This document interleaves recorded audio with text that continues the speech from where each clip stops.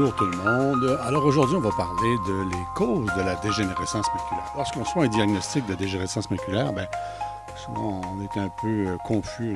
C'est quoi ça? Ça vient d'où?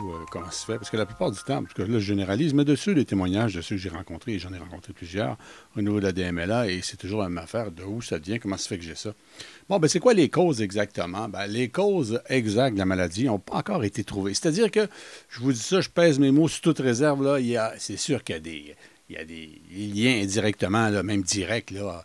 On parle avec le tabagisme, la génétique, l'hypertension, l'exposition trop importante au soleil, ceux qui vont bronzer au maximum des années, surtout 70, là. Et le surpoids, l'obésité, c'est sûr, c'est des facteurs quand même assez aggravants. Mais les causes exactes, c'est sûr que ce qu'on sait, c'est que les causes exactes, pardon, je vais finir ma phrase. Les causes exactes, on ne sait pas. On sait, on a une idée, il y a des archétypes, des profils qui se ressemblent pas mal, mais précisément c'est quoi?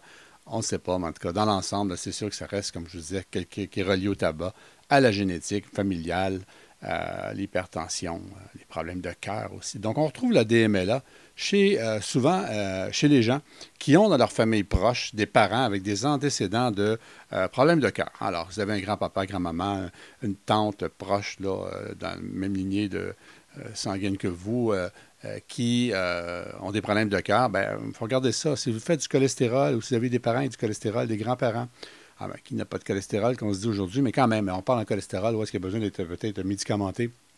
Alors, regardez les gens aussi qui ont du diabète dans votre famille aussi. Sinon, il y a des gens avec des problèmes, qui ont eu des problèmes de AVC, de thrombose, crise de cœur, circulation sanguine, haute pression. Ça, c'est toutes vraiment là, des conditions qui font que dans votre bagage familial, donc, c'est vraiment important, puis il faut vraiment le mentionner parce que votre médecin que vous voyez, lui, des fois, il n'est pas au courant, il ne vous a pas posé un questionnaire, est-ce que vos parents sont vivants, pas vivants, est-ce qu'ils ont eu des problèmes de cœur ou il suffit d'après les conditions que vous voyez, quand il vous voit tout simplement, selon la raison pourquoi vous voyez votre médecin de famille.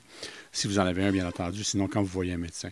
Donc, ce qui était vraiment important, c'est de parler à votre médecin et d'expliquer que vous avez des antécédents ou un historique familial, la crise de cœur, cholestérol, thrombose, si vous n'avez pas posé la question déjà. Moi, ce que je vous conseille de faire au niveau de votre œil, c'est sûr, c'est d'aller voir un optométriste qui sont vraiment largement bien équipés pour diagnostiquer des maladies ou faire le suivi au niveau de la maladie, comme la DMLA, et ils sont vraiment accessibles. Contrairement à un ophtalmologiste, vous ne pouvez pas voir un ophtalmologiste à moins que vous êtes référé par un optométriste. Et il faut vraiment que ce soit un niveau. Si vous êtes référé, souvent votre médecin de famille va vous envoyer voir l'optométriste. L'optométriste, si c'est vraiment, il diagnostique une maladie grave, plus grave que lui, ce qui est capable de soigner ou de médicamenter, va vous référer tout simplement avec un ophtalmologiste, celui-ci. Ils sont tellement débordants en ce moment. Donc, si vous allez essayer direct, vous vous dites peut-être, je vais passer directement, mon médecin de famille va m'envoyer voir un ophtalmologiste, mais c'est pas comme ça. Si vous n'avez pas d'historique, ils sont tellement débordés qu'ils vont filtrer le plus possible afin de s'assurer que lorsque vous allez voir l'ophtalmologiste, ça reste une maladie, vous êtes au niveau de la maladie, une avancée très sérieuse. Sinon, allez voir l'optométriste, il y en a partout, c'est accessible, c'est remboursé par la plupart des programmes d'assurance. Si vous êtes aîné, c'est gratuit aussi. Alors, puis ils vont vous diagnostiquer vraiment au niveau de votre œil, puis ils vont vous donner des trucs. Puis ils peuvent vous prescrire aussi une médicamentation selon la maladie de l'œil que vous avez, ou même au niveau de la prévention, ils vont vous prescrire des multivitamines pour l'œil, qu'on pourra parler dans un autre balado. Bref, voilà pour aujourd'hui. J'espère que ce balado sur les causes de la dégénérescence maculaire vous ont éclairé un peu plus. Sinon, je vous invite à aller visiter le site Internet, le Maculaire. Alors, maculaire.ca, alors www.maculaire.ca. Voilà, merci tout le monde d'avoir été là et on se retrouve au prochain balado.